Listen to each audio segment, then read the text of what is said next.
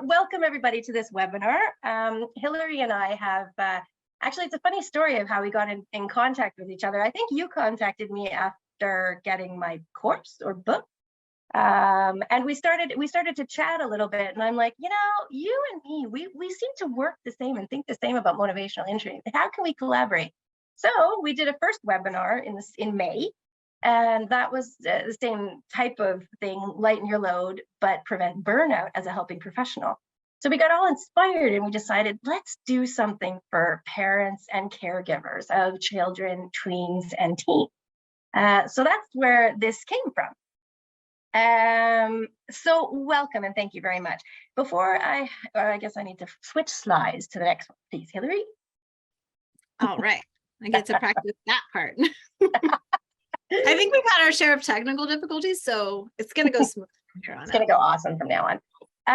So first things first, I am recording this webinar. So there's a lot of requests for it to be seen after the webinar. It's an important topic as well. So I will be recording, editing it, and then it'll be up on my website for a small fee.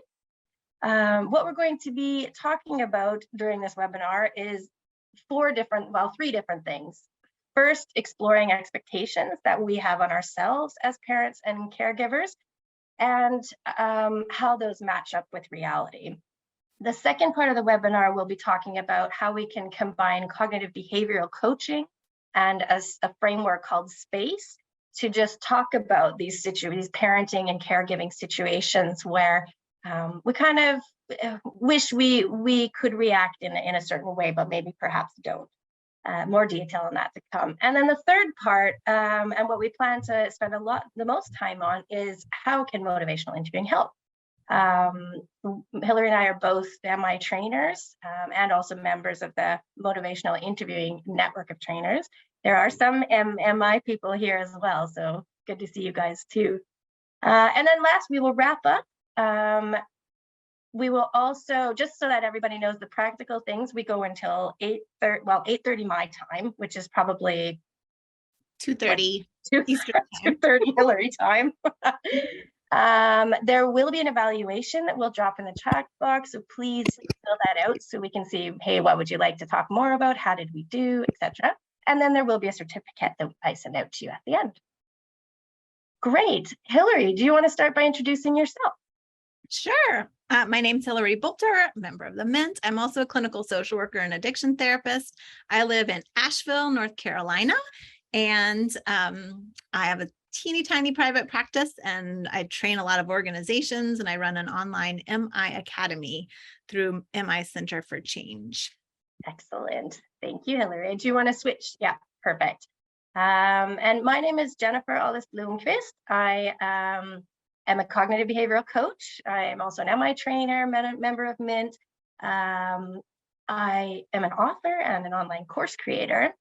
And I'm also a Canadian Swede. So I'm a Canadian living in Sweden almost for half of my life. So I started saying Canadian Swede, and mother to two teens. So this is a topic that I'm very passionate about, how we can talk to teens to increase their motivation for change, and also establish relationships that and nurture those relationships so that we can maybe set boundaries that need to be set.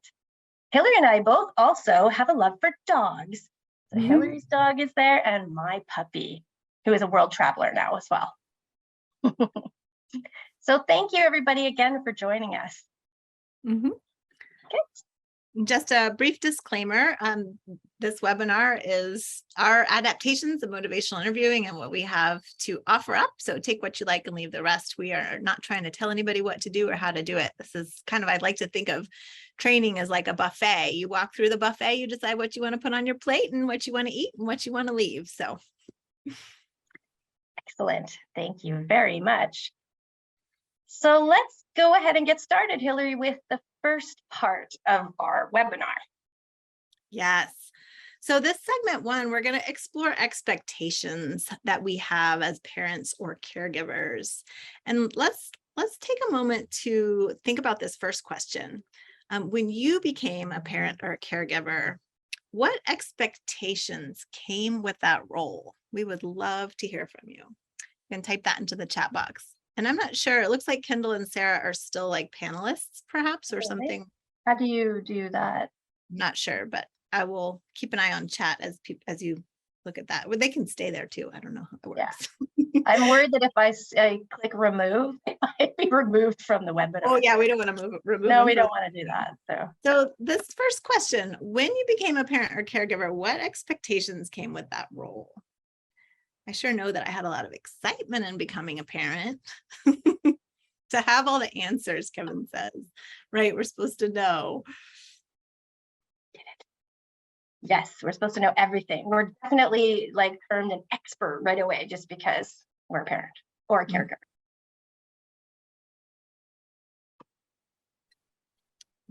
Also, one thing I forgot to say in the beginning was when we use the term parent, I'd like everyone also to think you can be a biological parent, you can be a step parent, you can be a treatment or foster parent, you can be like any adult that's in the role of caring for a child, tween, or teen. I think that's important. It's not only parents that are in this role. And I see some great responses. To know what to do if things weren't going smoothly, to be responsible and have boundaries, to raise a perfect child, have the right answers. Gosh, and as a therapist that's gone through training, I feel especially hard on myself of like, I'm supposed to know, I'm not supposed to lose my cool. I'm not, the things that come out of my mouth, they're coming out of my mouth as I'm going, I can't believe I'm saying this. So to share everything, to not be like your parents, present and guide kids to become their best selves, ensure their safety and well-being. Definitely. There's a lot of responsibility. Like that's the red thread going through the chat as well, is I have a responsibility to how these mini people are going to turn up, and then what I'm creating in this mini person, mini adult. And that transition of identity. Good one, David. Yeah. Definitely. So expectations that came with those roles. What are the expectations that you placed or are currently placing on yourself as a parent or caregiver? So that second question, and I see Serena sort of answers that, right? To be patient and calm at all times. Yeah. Oh, right. What other expectations have you placed on yourself to do it all, Sarah? Definitely, yeah. Find a solution for all of their problems, definitely. And this is hard too, because how do we know what solution is the best for another person? Definitely keep figuring out the best ways to be there for them. Yeah, it's a constant. It was funny actually, when I was gave birth to my son, first child, the midwife said to me, "Welcome to a life of guilt." Wow, that's positive. I do understand what she means, but it's true. We're always thinking, how am I doing this right? And if I'm not, am I a terrible parent? Like there's lots of that going on. Yeah, it's very hard to kind of settle into it's okay to be good enough. So I hear a lot of that kind of striving to figure out the best, to do it right, to know what to do. Yeah, put the kids first. Whew. Definitely not repeat mistakes. Yeah, definitely. Feels heavy, right? Parenting and caregiving can be like a heavy job. Yeah, absolutely. That who they are and become is up to me. What a burden right there. Yeah.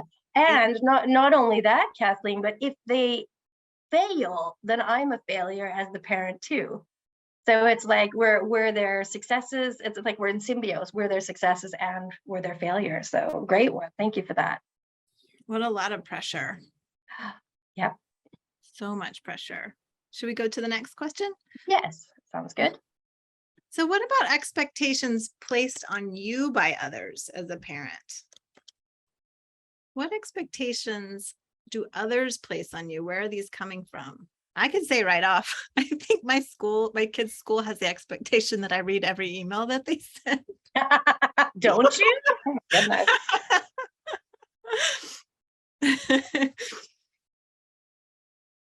So some, I see Kathy says some expectations come from parents, other parents, to raise responsible kids, to have well-behaved children that follow the rules. Gosh, just the pressure is just mounting here. I feel it. I do too. Yeah. Yeah.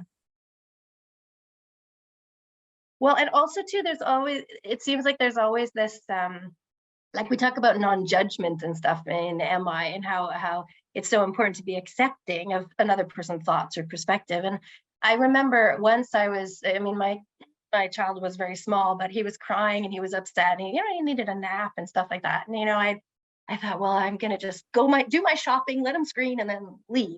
And all of a sudden he stopped crying when I was outside organizing the groceries, and I look up and there's this older woman patting his face and saying, you have to comfort a child when they're upset.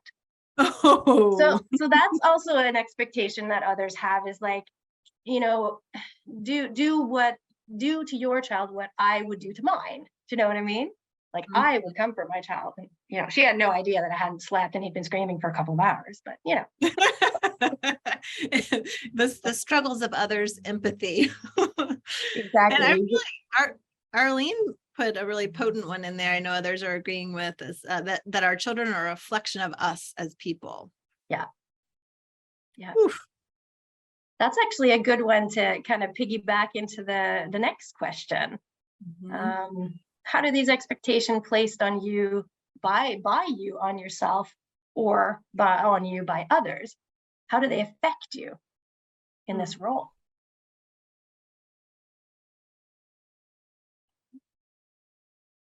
I can think about that just in relationship with my parents, like the shame that I feel when they're correcting or making comments on my parenting. Oh yeah, I see others guilt and shame. Definitely. Yeah, guilt and shame. Yeah. So I wasn't too far off with the midwife comment. Right. Embarrassed. Yeah. Yeah. So strong feelings come in. Yeah.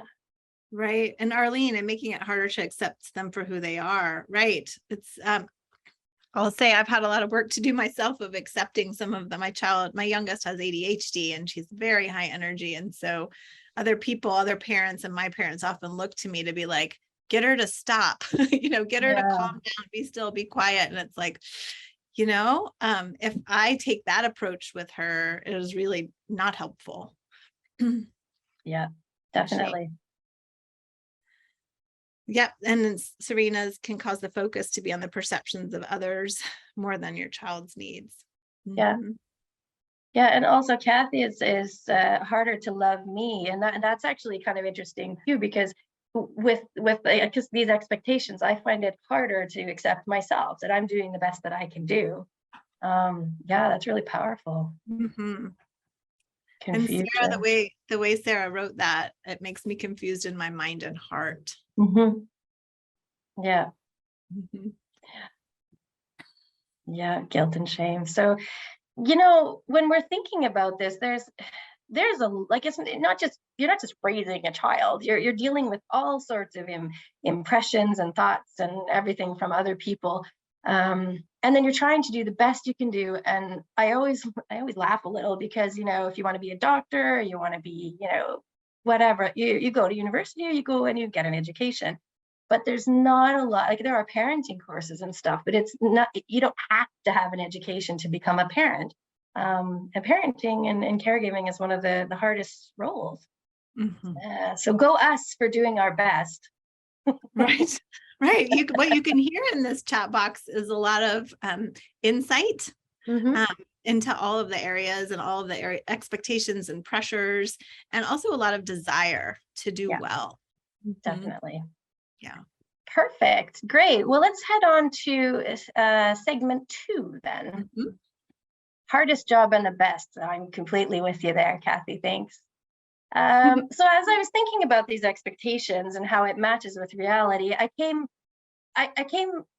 with a thought of that there's 2, but probably more, but the 2 I could think of was how I thought parenting was going to be and how that matches in reality. There's a discrepancy. Maybe I was a great babysitter and I loved kids and stuff, and then I became a parent and I was like, oh God, this is draining work, and I wish I could just kind of give my kids away. Like when I was a babysitter, I didn't have that responsibility. So this how I thought parenting would be, and the discrepancy between how it actually is. Then there's another one as well, how it actually is and how I want it to be. I want to be this parent that has energy all the time. I want to be this parent that knows how to handle every situation. I'm expected to be that parent, but there's a discrepancy there because I'm not. So when I was thinking about this webinar and setting it up, that's what struck me the most. So we wanted to take the cognitive behavioral model space and kind of use this to explore this discrepancy. And this model, I'm not sure if any of you are familiar with cognitive behavioral coaching, but it's basically cognitive behavioral therapy, but used for more stress management and other situations like that. So what the space model is the social context we're in to look at that. And that would be kind of like a parenting situation or a caregiving situation, and how that context or situation has affected me physically. What are my actions or my behavior based on the situation or as a result of the situation? Cognitions or thoughts. What do I think about, my child or myself in this context? And then what emotions do I have? And all of these things connect with each other and affect how I parent and which parenting approach I have. So what we thought we'd do now in this segment is go through the space model a couple of different ways. First, I'm going to give a little example of my own a situation that I've been recently involved in. And then we'll go into a more general situation and test the space model or framework.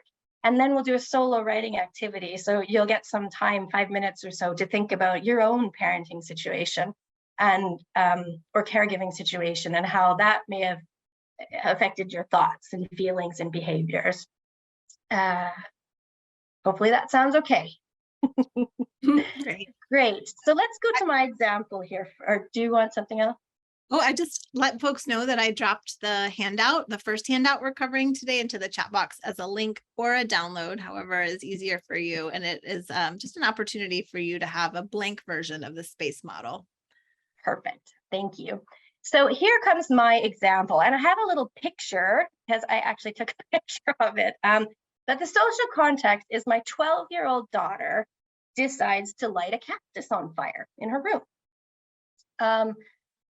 She comes into the kitchen and she says, "Mom, can you come out here for a minute?" I said, "Well, I'm cooking supper. I'm in the middle of everything." And she said, "Yeah, but I kind of have a problem." And she's standing there with this cactus, and it's all black. Yeah. I said, "Okay." Well, I was pretty calm until I went out into her room, and it was filled with smoke, and the whole curtains and everything could have gone on fire. Anyway. So here's what happened to me then.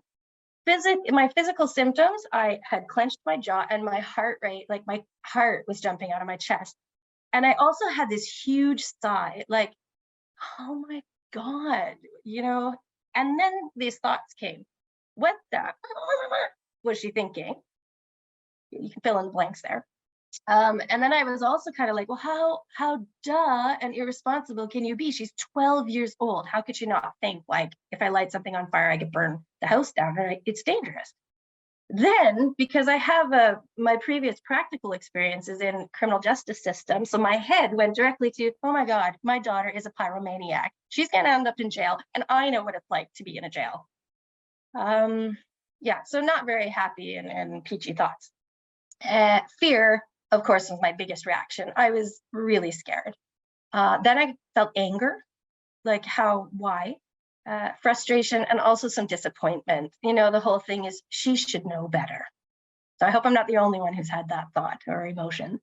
My actions were, of course, oh my God, what did you do? Of course, in a little louder tone than that. I said lots of things in an angry manner. You could have burnt the whole house down. I don't even know what to say to you. And then, of course, behaviorally, I dramatically went around the room and took all of the lighters and candles and stomped out of the room. Yeah, not my best moment. Looking back, I would have liked to have handled that in a different way. And we'll get into that when we talk about how motivational interviewing can help. But a little example that I had. Hillary, do you want to share your example? I actually wrote a little blog post on this recently. My 12-year-old daughter, she was 11 at the time she did this, but she let me know that she had pierced her belly button with a safety pin.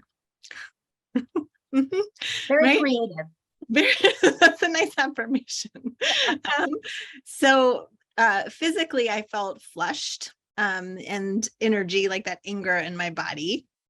My cognition's very similar to yours around what was she thinking? She could get an infection. This could go terribly. Is she gonna go down the road of lots of piercings and tattoos and things, of which I have those, right? But I don't want those for my daughter quite yet. She was 11 at the time. And also an instinct, a real kind of instinct to like, how can I control her behaviors? Wanting to control and manage. I did have enough of my brain online at the time Good job. to provide some reflections first. I have a Well saying done. in trainings, when in doubt, reflect. And we'll talk about this a bit when we talk about the motivational interviewing in the third segment. And I reflected to her, you really wanted your belly button pierced. You seem really excited about this right now. And then I did some questions like, what thoughts do you have about this piercing, and what do you know about infection? So I really was able to use some of those open-ended questions to kind of draw forth and stay out of that role, which was my instinct as a parent, which was to come down hard and to manage and control her and punish her. So I was managing a lot of fears and anger and all sorts of things. I certainly, after I had my initial reaction, had to go into my bedroom for a little bit and take a time out. Time out yourself. Right. We got a hand raised. Yes, let's go, Michelle. I'm going to drop that blog link in the chat too for folks if they want it. Hi, Michelle. You're muted though. Oh, am I supposed to help? No, Michelle's muted. Maybe it was just a miss accident. Michelle, if you'd like to speak, you can unmute yourself. Otherwise, we'll keep moving. Oh, mistake. We got so excited that somebody had to, Okay. The metaphor, if we were at a live training, would be, I was just stretching. Yeah. I didn't mean to raise my hand. Don't call on me. Okay. Great. Thank you for that description of your daughter. And if you have a chance, read the blog post, because I think even I shared it because I thought it was, oh, wow, I feel you. Okay, so here is the general example. So we thought we'd just kind of familiarize ourselves with the SPACE model. The social context is you have a 15-year-old teen at home that's 30 minutes late for their curfew. You've tried to call them because, teens always, have mobiles now. Tried to call them, but they're not answering their phone. You have the agreement that they always have to answer their phone, etc. Finally, your teen comes in the door and sees you waiting up for them. So that's the social context. So let's start with should we do physical? What sorts of physical reactions, if you set yourself into that situation, what sorts of physical symptoms would you have? Feel free to, high blood pressure. Ooh, yeah. Great. What other things? Flushed and tight. Yeah.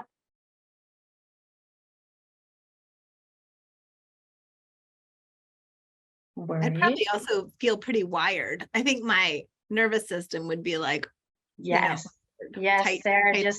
She just said that, Sarah, the feel adrenaline pumping through me. Tightness in the chest, drained. Oh, that's good too. Like after your adrenaline is pumping, when you see them, it's like, thank God. Frustrated heart pumping. Perfect. Yep. I think we all recognize that feeling. So when we're having all these physical symptoms or bodily sensations, let's go to the cognition, the thoughts. What sorts of thoughts are running through our head at this particular moment? Any example? Where did I go wrong? Love it. Exactly me. It's my fault. Oh, yeah. Thank you, Michelle, for that. Are they okay? Right along with being mad. Yep. Yep. So it's like kind of like you both, you know, I'm really relieved, but I'm also really pissed off. Yeah. I give up. Yeah. Yeah. Again, these expectations are almost coming back. Is like, I give up because I've done everything I can and I'm expected to have all the solutions, know where my kid are, have the kid that calls home. Yep. And that shutdown too. Like, I don't know what to say. Yeah. Why doesn't my teen think about how their action impacts others? I know, Kathy. Yeah. Kathy. How could she do this? Definitely. Last night, both my kids were fighting. And I turned to my older daughter and I was like, I started to talk to her about leaving the room. And she's like, why do you always talk to me? And I said, because you're less impulsive. And then my younger daughter stalked off as she took that as an insult. And then I explained to them, your older sister's brain is also more developed than yours is. She has less impulsivity because she has a teeny tiny bit more prefrontal cortex than you do, sweetheart. It's not a criticism. Definitely. I like this one too that's in the chat here. They do not love me. I think that's so like parenting and caregiving for small little humans that are growing up. We have such pressure on our and responsibility on our shoulders, and it goes inside like, I'm a terrible parent, and then it can also reflect on, well, they're doing this to hurt me, they don't love me, they don't care about me. It's yeah, and how easy it is for us to put in those assumptions in that. Thank you for that. Yeah. Thanks, Kathy. This was also a short story. I promise, Jennifer, I won't detract us too much, but years ago when I took my first like trauma brain training, I taught them the Dan Siegel hand flipped lid, Right. you know, upstairs brain and downstairs brain. Yeah. You know, when we flip our lid, we need help from others to help us get back into that whole brain in order to be able to problem solve and repair. And it wasn't but the next day that I was yelling at my younger daughter, and my older daughter came up to me and went, Mom. And I was like, oh my God, she's using it against me. No, she was trying to support me. But I love it. Oh, that's excellent. Feels threatened and I have no influence. Yeah. And I think it's really, this part is also interesting because when you feel threatened or fear or you know, anger, we're not exactly the most rational people then.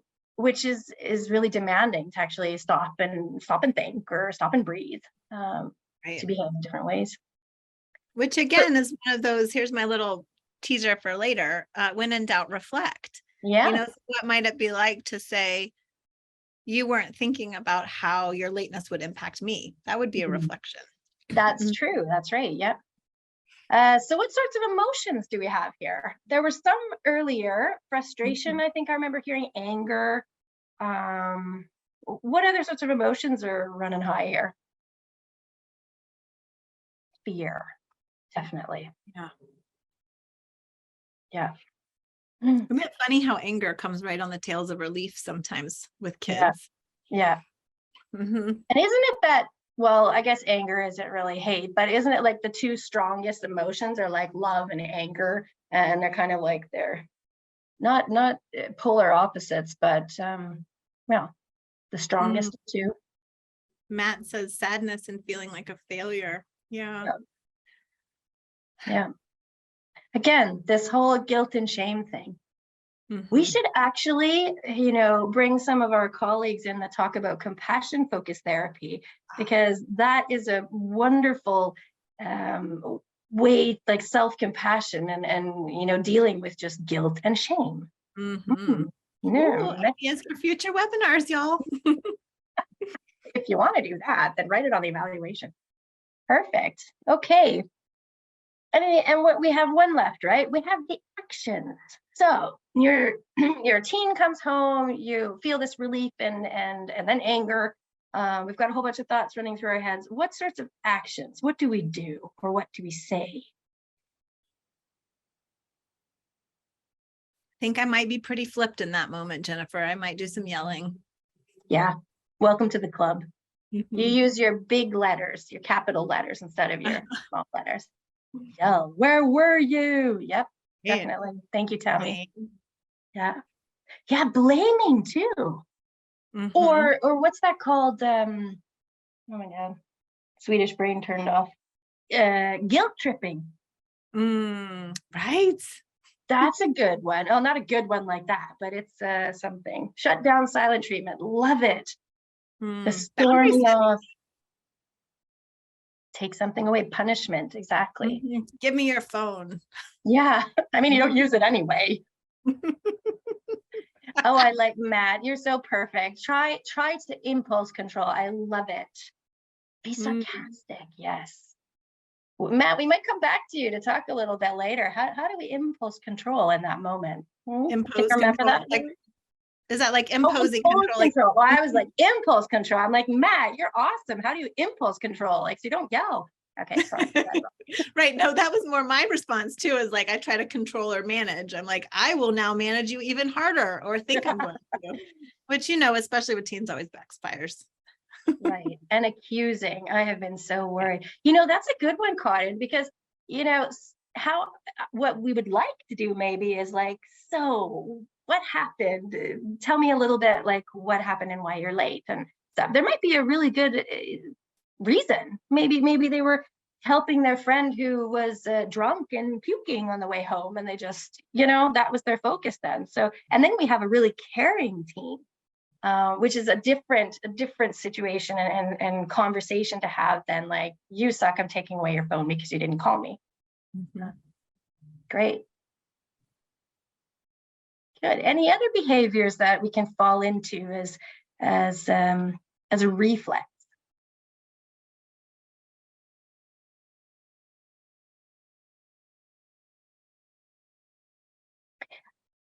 I have a thought. I don't know if anyone else did it, but I'm thinking maybe not just like right after the situation, but perhaps the next time the teen wants to go out. I'm thinking the nagging thing. You've got your phone, right? It's turned on, right? You're going to call me if there's anything, right? Call me when you get late, like this whole nagging or reminding. I think that's a behavior that I fall into a little, because if I say it 20 times, maybe it'll like go in. Good. Great. So what do you think, Hillary? Should we go on to the solo activity here?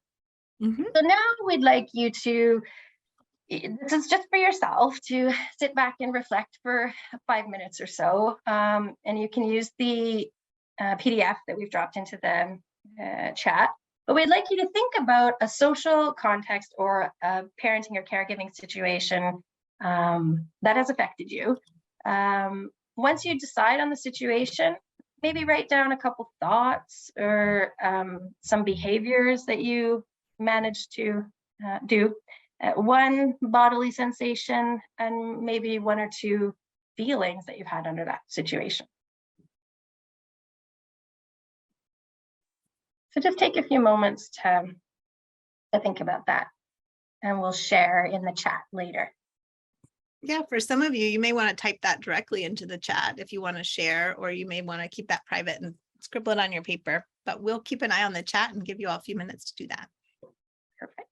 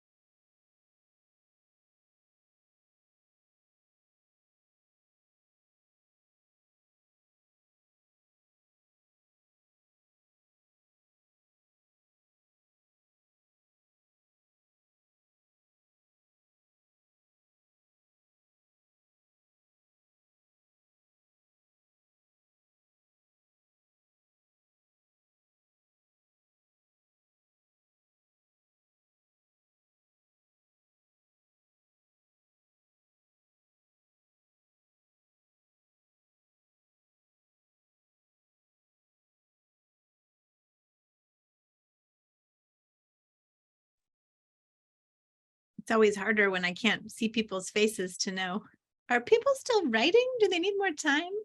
Let us know in the chat if you're done or if you need a little more time.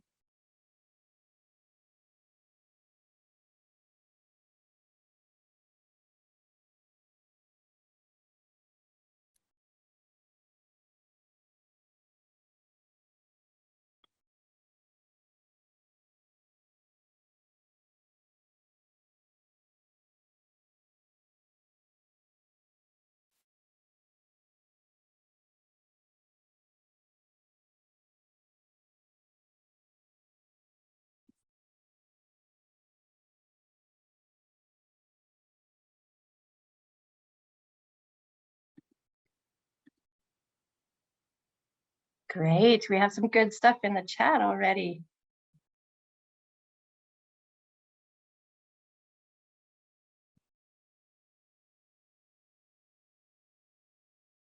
Perfect. Another 30 seconds or so.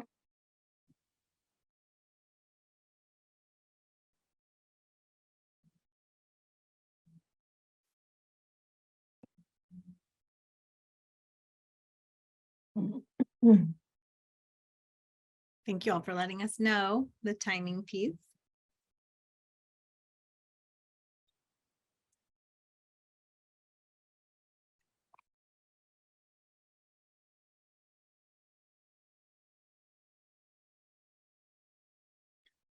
Okay.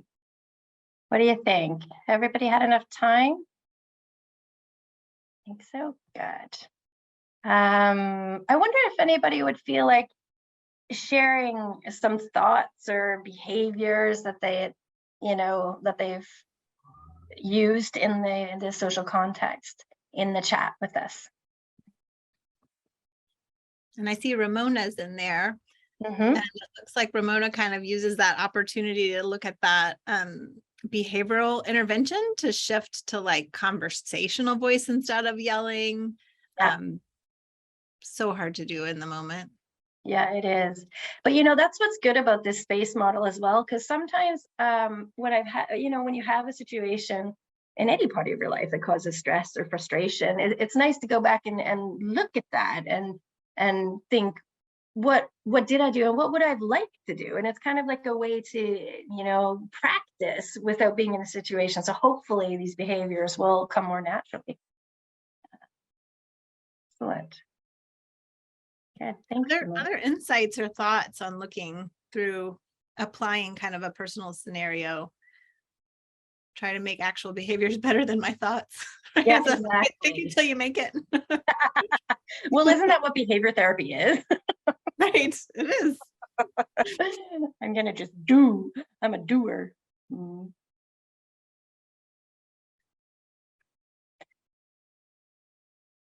Any other thoughts or behaviors or feelings or anything that anyone would like to share?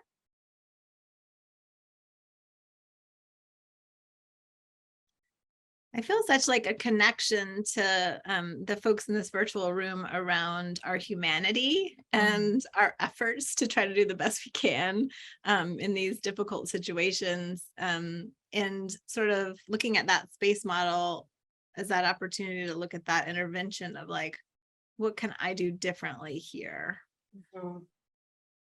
Definitely. Wow. Did you see Ramona's? Thank you very. Does it go just to the panelists? Oh, okay. Oh, to notice the shame and writing it down. Yes. Yeah. So, we could have probably a whole webinar on things confessions of parents of things we've said or done to our kids that we just hard to say out loud. okay. Thank you for being vulnerable and sharing. Yes, thank you, Ramona. It looked as well that if you're going to share in the chat and it feels okay with you, you can share to everyone. Oh, I see. It just says host and panelist. Yeah. Okay. I think this is really strong for me, Ramona, that it's hard to write down, because somehow when you're writing stuff down, it's like you're admitting things. And that brings back all these expectations and stuff that with shame and guilt. Really powerful. Thank you. I did a nice shaming of my daughter this morning, I'll go ahead and admit. She was not buckled properly, and we were partway to school when I noticed, and I said, how would you feel if we wrecked and I got hurt and it was because I was turning around to get you buckled? And you know what she said back to me? I just love her feistiness. She said, it'd be your fault for turning around while you were driving. Oh, well, exactly. Stop the car, Mom. Okay.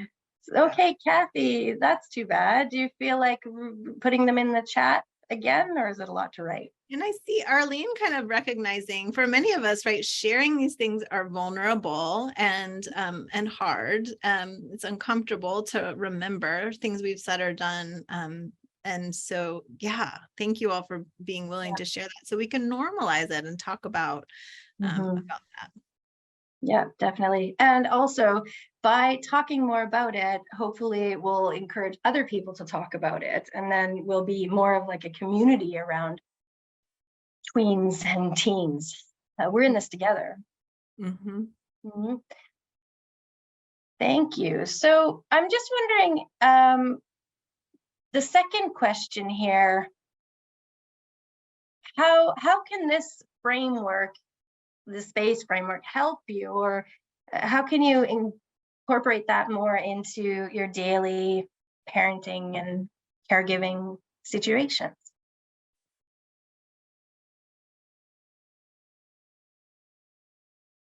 For me, I think there's the sensations piece that I notice a lot, like when I get tight, or those are like my early warning flags that I'm getting a little dysregulated. Yeah.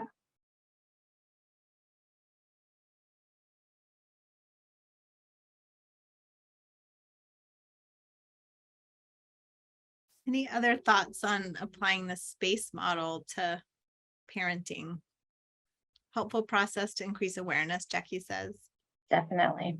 Yeah. Kind of helps with the like putting words and thoughts and everything down on paper for these discrepancies of how I've handled something, how I want to handle something, how I thought I should handle something, and how I did handle something. It gives a constructive way of looking at that.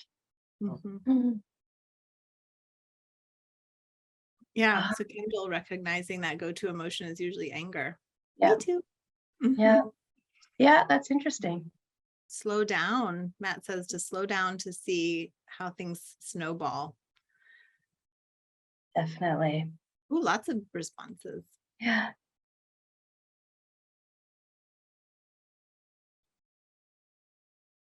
Yes, it's a lot to manage when all four things are happening at the same time. Definitely. Right. So a little self-compassion, like our nervous systems are in reaction too, in many parenting moments. There's a lot happening inside of our minds as we're trying to manage and be with our other little people. Exactly. Ooh, Listen. Kathy. Yeah. Sorry, go ahead, Hillary. Oh yeah. Kathy shares working with the substance use arena. She's begun asking herself what matters most as far as values and relationship with the loved one. Yeah, I remember like Brene Brown making a comment about like practicing smiling when your kid comes into the room so that first impression is like, oh, my parent is happy to see me. Yeah. Like, oh gosh, usually my first expression is something like, what are you wearing? Or you haven't picked up your room yet. It sends a really different message, right? And it's a different relationship message for sure. Definitely. Yeah. Yeah, exactly. Thanks, Tammy, for that, because one of the things I like about this model too is I'm not very good in the moment. Like I kind of have to process things, and I try really hard to do things in the moment. But what helps me the most is going back and reflecting and thinking, where would I like to start my change process? Is it to work on replacing my thoughts, or doing some of those techniques, or is it actually behaving differently, like actually just forcing myself to behave, or is it maybe I need to look at my bodily sensations, like should I count to 10? Because that's something that I remember way a long time ago. Is like, oh, if you're angry, count to 10. Well, that's never worked for me. I can't count to 10. Like if I'm angry, I'm angry. So maybe I can work on my thought process and break the chain so that I don't get as angry, because then it's over. So I like that. It helps. It feels like you can have more helpful strategies, because you can decide yourself which square you want to start in. Great. Thank you. Well, I'm glad to hear that it can be helpful. Hopefully we can all use it in the future. Great. What do you think? Should we go to the next slide? Yep. Sounds good. So we'll move towards segment 3, which is utilizing some of the skills of motivational interviewing in this parenting realm as well. And I know I kind of turned to Jennifer as the expert on this. She's written a book called Lighthouse Conversations. I know we'll share this at the end, but on the applications utilizing motivational interviewing with teens, with kids, and that's one of the reasons that we really paired up. I thought that was so neat that she's doing that, because I've been thinking in my mind as a trainer for years, and I hear learning participants report on, oh my gosh, I was practicing XYZ skill from your motivational interviewing training with my teenager in the car, and this thing happened that never happens, and we really got somewhere, and they really appreciated, the closeness can develop, the respect, the trust, the safety. Motivational interviewing can bring a lot into those relationships. And so I was like, oh, somebody, an MI trainer who's doing it. That means I don't have to learn how to figure out how to translate this to parents. Jennifer's got a course and a book on it. So yeah, we're excited to at least today kind of touch on some of the elements of motivational interviewing and how they apply to parents. Did you want to say anything about this slide before I go to the next one? No, I think you did great. Great. So I will say, we're both MI trainers, and a typical learning MI training can be really 2 days in length. So not just an hour and a half. And so you might learn a little bit about what MI is, and MI is short for motivational interviewing for those of you that are brand new to it. But you certainly won't be fluent in motivational interviewing, but you'll be able to pull some tools out potentially to bring into some of your family relationships. So what is MI anyways? It's a positive communication style and a way of interacting with others based on that sense of team with the other person. We are collaborative partners. I've got a siren going by. Yeah. Sometimes Zoom is really good at cutting background noise. I didn't hear it. Demonstrating non-judgment and respect for the other's thoughts, feelings, and perspectives. I think about that daughter, that scenario of a 15-year-old walking in past curfew, not communicating. I wonder what they're experiencing in that moment. Probably fear, defensiveness, lots of their own process there. MI also really highlights seeing and believing in other people's strengths and their resources. And it's comes from a really genuine and strong desire to support and help other people. I was talking to an organizational lead this morning that I've worked with and done a lot of MI training with, and she was really sharing how motivational interviewing not only changed her workforce, her social workers, but it also changed the personal relationships, around the office and people's parenting. People reported on so many changes because as we get more practiced in motivational interviewing spirit and skills, it can really shift relationships.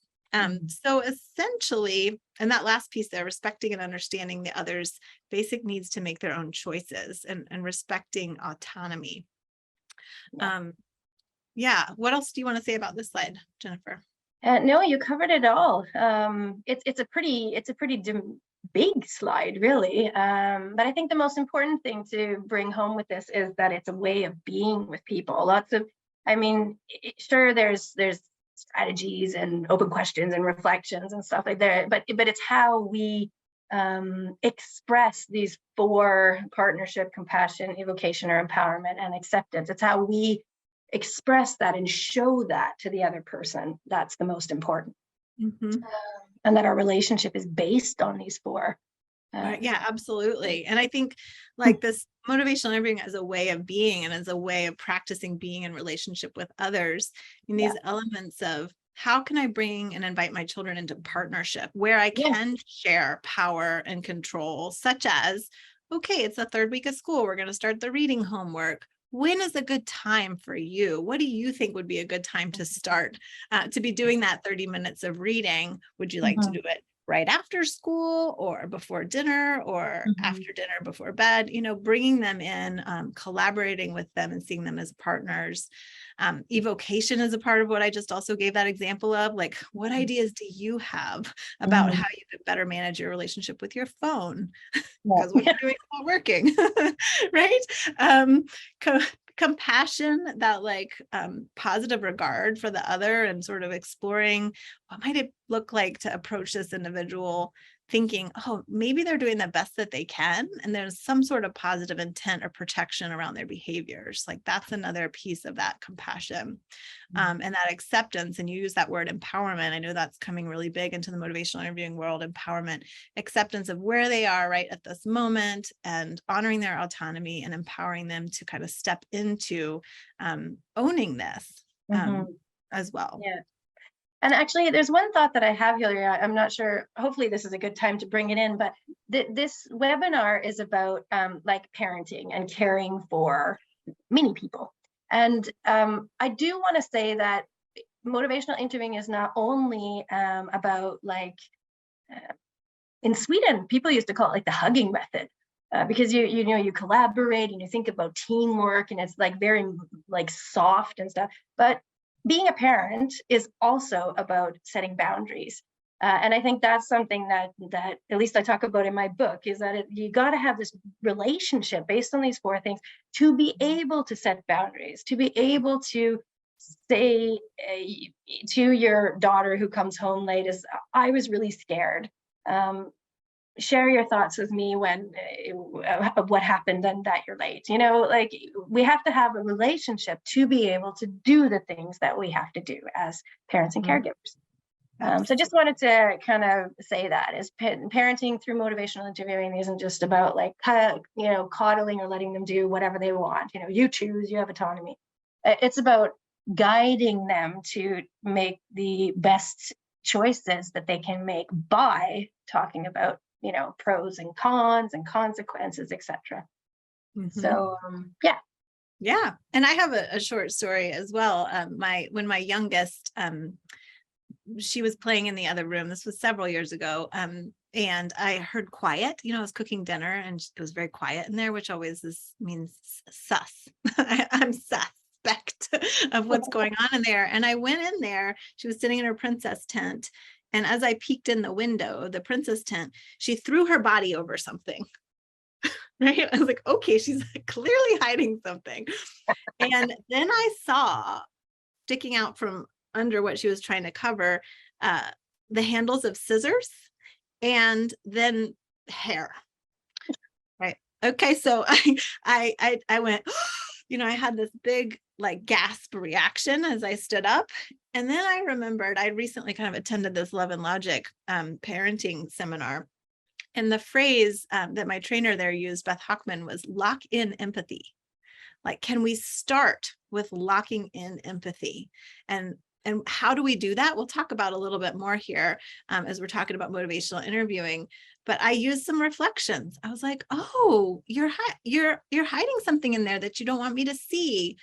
Tell me more about this. So I met her with compassion. I met her with acceptance. And I wanted to learn more about what her thoughts were and what she was up to from that non-judgmental place. Yeah. And that really feeds that connection and relationship so that we can get to that partnership piece.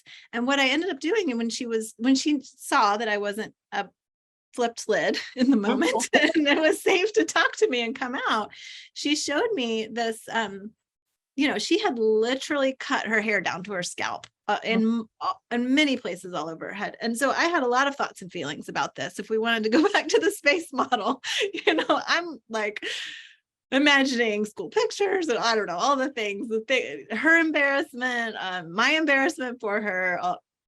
But I didn't go there. I stayed in this place of trying to meet her with that spirit of motivational interviewing. And I said, well, tell me what you were trying to do here, sweetheart. And I said, would you like to see your haircut? And she said, yes. So I carried her into the bathroom and I held her up in the mirror. And boy, that moment where she looked at herself in the mirror and that crocodile tear started coming down her face. And she said, but I was trying to look like Cinderella. Oh, Oh no, it was Rapunzel. Sorry, Rapunzel, because like the long hair, right? So I was like, oh, so that's that evocation piece is like, okay, how do I help her own the problem and learn from this dilemma instead of making it about me or kind of going into that power and control or other elements that are more instinctual. So I wrote that up in a blog post as well. I dropped that in the chat. Okay. Perfect. So here are a couple of our, little tips and stuff that we brainstormed, Hillary and I, about what can we do? What's kind of MI that we can stop and think about? And our first tip is talk less and listen more. Use your big listening ears. Show, am I listening to this person because I'm curious to understand what my teen has done, or am I listening so that I can tell her it was wrong what she did? So there's two parts to this: talk less, listen more, and also see what is the purpose of your listening. Am I really listening and willing, ready, and able to listen to this teen to really understand why they did what they did? And this can be, I remember a training participant saying, I was practicing this reflective listening with my teenage son in the car the other day. And she said, she was reflecting and he was talking about a dilemma. And he turned to her and said, Mom, what are you doing? It was such a divergence from the normal way that she would kind of tell him what he should do and kind of go right to the solutions, that it was disruptive, right? So it's different when we shift our way of being with people who are used to us kind of being in a certain way. That's right. Yeah. They'd automatically know that you've, had been to a course and are trying things out. Good. The second thing that we think about is just this idea of teamwork. Try to see the teen as a collaborator. We were discussing this yesterday when we were planning, like, should we see the teen as your partner? But what we mean is that there's always going to be a power imbalance in a parent-child, caregiver-child relationship. But we're experts at different things, right? I might have lots of years of experience on certain things, but my kid or the kid I care for knows all about themselves. So can we combine this expertise? That is what we mean by bring the teen or the child in as a collaborator. Maybe they have ideas to solutions to problems or things that you might not have thought about. So, and this I think is one of the things that's hard in a parent relationship. If we remember back to the first segment, a lot of I should know the answers to everything. I'm the adult, I should know. I should have all the solutions. Well, we don't. So let's, involve the teen and child in the solution brainstorming process. And one question you have here in our notes is, how can you encourage more team spirit in your parenting situations? It's kind of a food for thought. Definitely. Do you in the second or the third one? You want to take this one? Sure. You do not have to have all the answers. Oh, you do not have them, nor do you have to. That kind of comes back to some of the stuff that people were putting in the chat early, like that expectation of self or other people's expectation of us is that we're supposed to know. So that recognizing that, again, like Jennifer just shared, there's wisdom and expertise in our children, however young they are. Like let's elicit and evoke their instincts or ideas on something, and we can correct and explore with them. But sort of some gentleness there. What else would you say about that? Yeah, well, I think about this like helping reflex we have, and I think it's huge when we're parents and caregivers, just because we're expected by others and by ourselves to know everything and to have all the answers and solutions. And For me, it's actually kind of freeing to think like, well, I know what I would do, but I have no idea how, what my 16-year-old is thinking. So let's chat, let's ask him. For me, that feels like a freeing way to build and nurture a relationship with a team. And the problem or the difficulty is how to resist that helping reflex. So I'd be interested actually if we threw the question out there as what sorts of tips or strategies do you guys here in the webinar have for just resisting that helping reflex? Yeah, that's a good one. Yeah. What helps you to slow down and sort of be in that relationship and elicit more than just jumping in there? Sometimes for me, it's reminding myself that there's usually not an urgency that I feel. So I might say, I'm gonna have to get back to you about that. Yeah, give yourself time. Oh, be curious, Michelle says. Mantra. Yeah, definitely. How can you be curious, like if we're going to give tips, the practical tips? Michelle, how are you curious? How do you show your curiosity?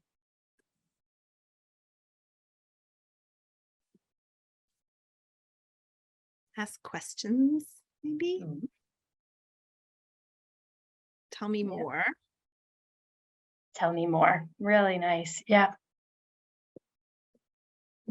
My daughter, we were FaceTiming with my sister the other day, and she said to me and my sister, "Mom, you're always so weird on these calls. You're awkward." And I turned to her, and my writing reflex or helping was to tell her that I'm not awkward, right? And like, no, I'm very comfortable with my sister. But my sister, who's a school teacher and also has taken some training in MI, she got curious. She said, "Tell me how you came to that comment." Like, so she was like, "Okay, tell me more about that." Yeah, I see definitely. David Prescott. Oh, hi, David. Let's drop something into the chat too. I like that. If we listen, they will talk. If they talk, they will hear themselves. And if they hear themselves, they will find solutions. I love that. That's MI all the way through. Yes. David's another MI trainer in the virtual room. That's check right. out. He's got some free webinars too. Okay. And the last tip that we have here is taking care of yourself. This is something that I think is so incredibly important because, and I always think about this, when you're on an airplane and you're told that you have to put the oxygen mask on yourself first before you help someone else. That's exactly what it is in parenting and caregiving relationships. If I don't have the energy, or if I'm not taking care of myself, I am not as good of a helper as I could be. I think this is really important, self-care. It's actually something I write about a whole part in my book is about self-care. So I'm also curious, what do you guys do to take care of yourself so that you can be the best caregiver you can be? Hillary dances, we heard about that. What other tips do you have? What do you do to...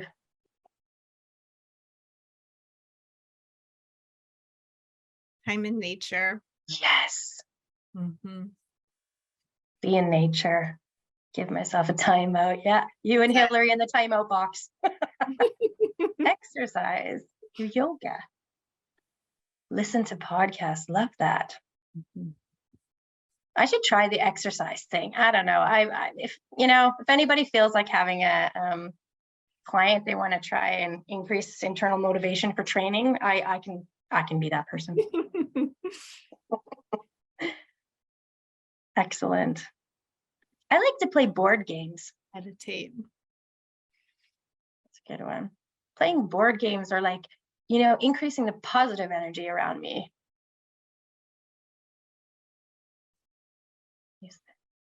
Thanks, David. Good.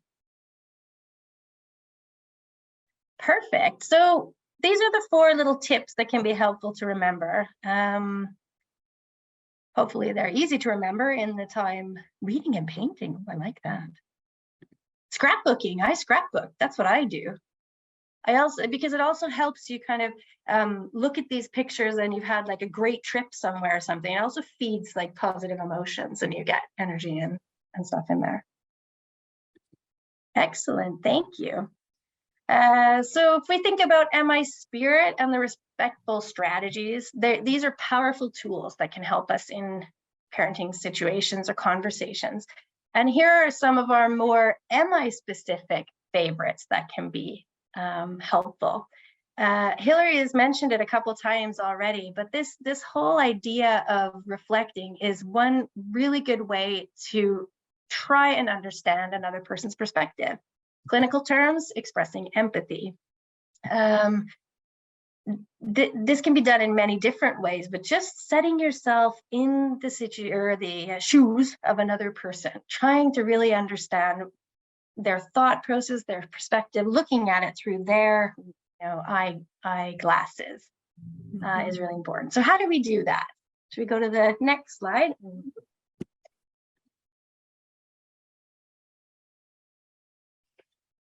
Do you want to take over?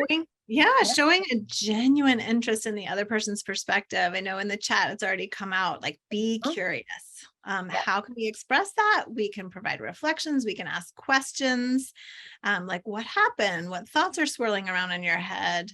Or in the case of Jennifer's daughter with the cactus on fire, how did you put that fire out?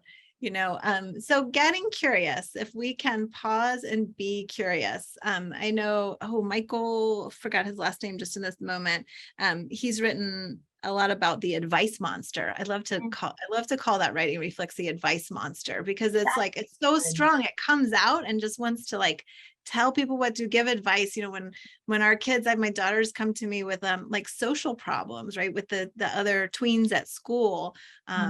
What should I do in this situation, Mom? Well, I can jump right in to telling her what I did at her age or what ideas I have for her now. But if we pause and really focus more on the spirit of motivational interviewing, that evocation and partnership, I can ask, what thoughts do you have? What are some ideas? What do other people do in dilemmas like this that you see? How do you think those work out?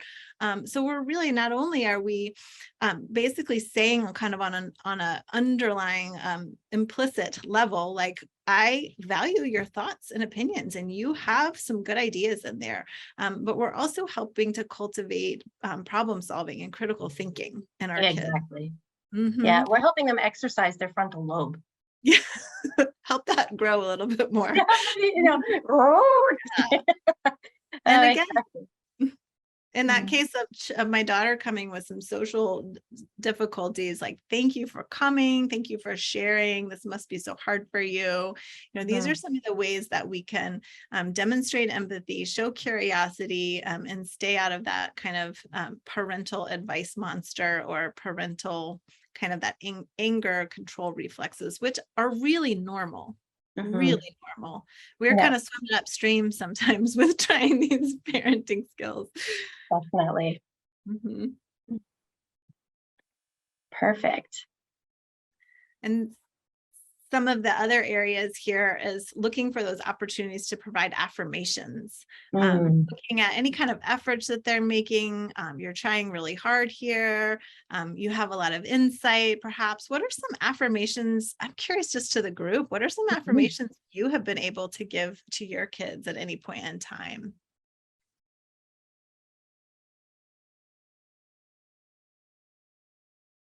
I know I've affirmed recently just the courage that my youngest daughter is demonstrating in tackling some hard things. So courage, efforts, the efforts that it takes to be in sports or on teams, get along with others, cope with a teacher that they may be struggling with, respectfully.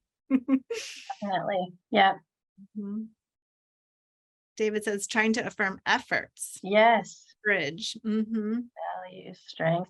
I was thinking, I was actually sitting here thinking, the affirmation I gave my daughter after the whole cactus incident was this one. It's like, wow, you took responsibility for that. Like, fire right away. She came in, she told me about it. I don't know. Well, I think the cactus went out on its own, so she didn't put it out. But one thing that I could affirm her is she's very curious, because the reason that, the lighter didn't work on the candles. And so she thought, well, maybe I'll try it on the cactus instead. So she's very curious to see what was happening. Right. So Curious girl. we want curiosity in our kids, so we can affirm the curiosity and we can explore the how can you be curious in some safer ways. Exactly. Definitely. And we thought that we would do kind of our last activity here would be a little bit of reflection practice, a little bit. Is that the next slide? Hold on just a second. Almost. Reflections they can be called mini summaries, depending. They're like quite a central technique in motivational interviewing, but it's also a really hard technique to grasp. And so our tip here is reflect, don't react. So, take a breath and try to understand the person by reflecting back what you think they mean. And by doing this, you can help them understand themselves.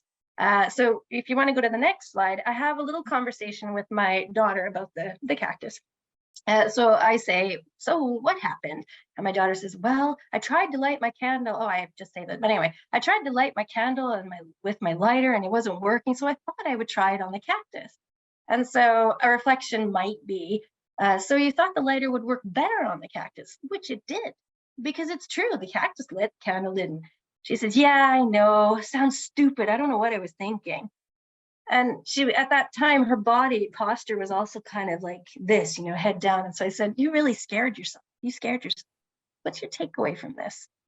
So those are like some examples of some reflections. Yeah.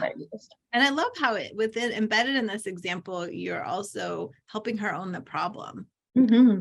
Yeah. Yeah. She hasn't lit another cactus on fire and she's turning 14. So she's not in jail yet.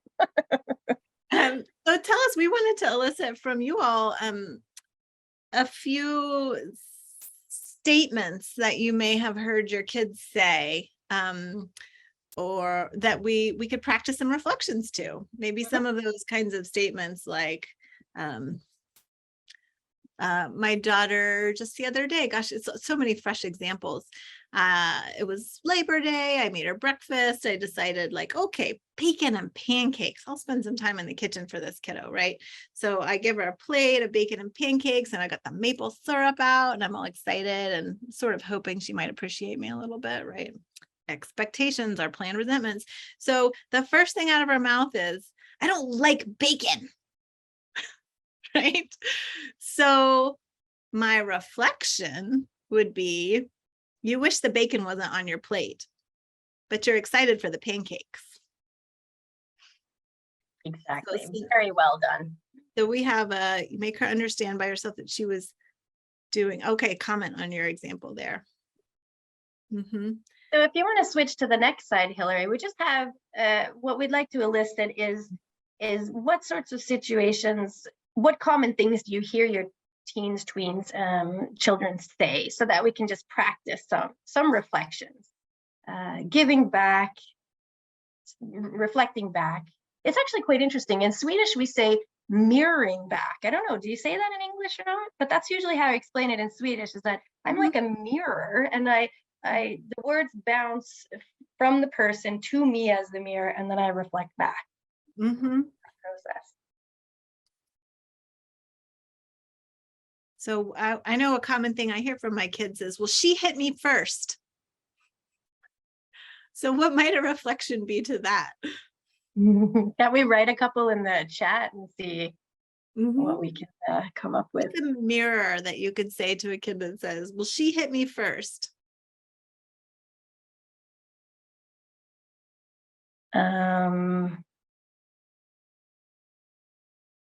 This is hilarious. My Swedish is coming in my brain here. I'm like, no, no one will actually. It's wrong for her to hit you, Matt. I love it. We're getting some reflections here. So you think it's wrong for her to hit you? That's beautiful.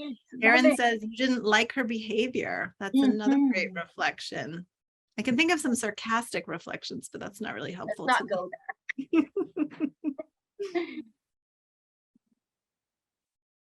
You didn't like her behavior. You were angry, so you hit her back. Just doing what she did. Yeah, definitely. You were angry, so you hit her back. You You value value- kindness. Oh, that's good. Wow. Mhm. Yeah, or Good. you think hitting is a solution. Yeah, Mhm. definitely. Maybe we can take one more example if someone can share us a common thing that you've heard your children, tweens, teens say.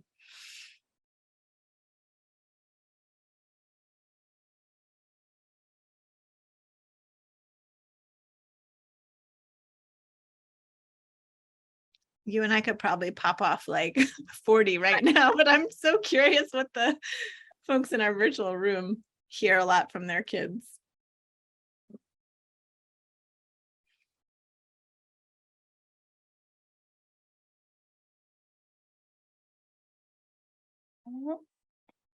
Nothing coming yet.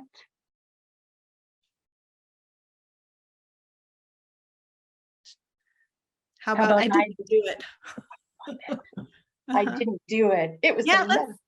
let's hear some reflections for that. I didn't do it. What might you reflect? Okay, I didn't do it.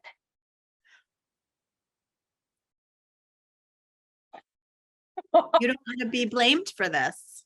Oh, that was a good one. Mhm.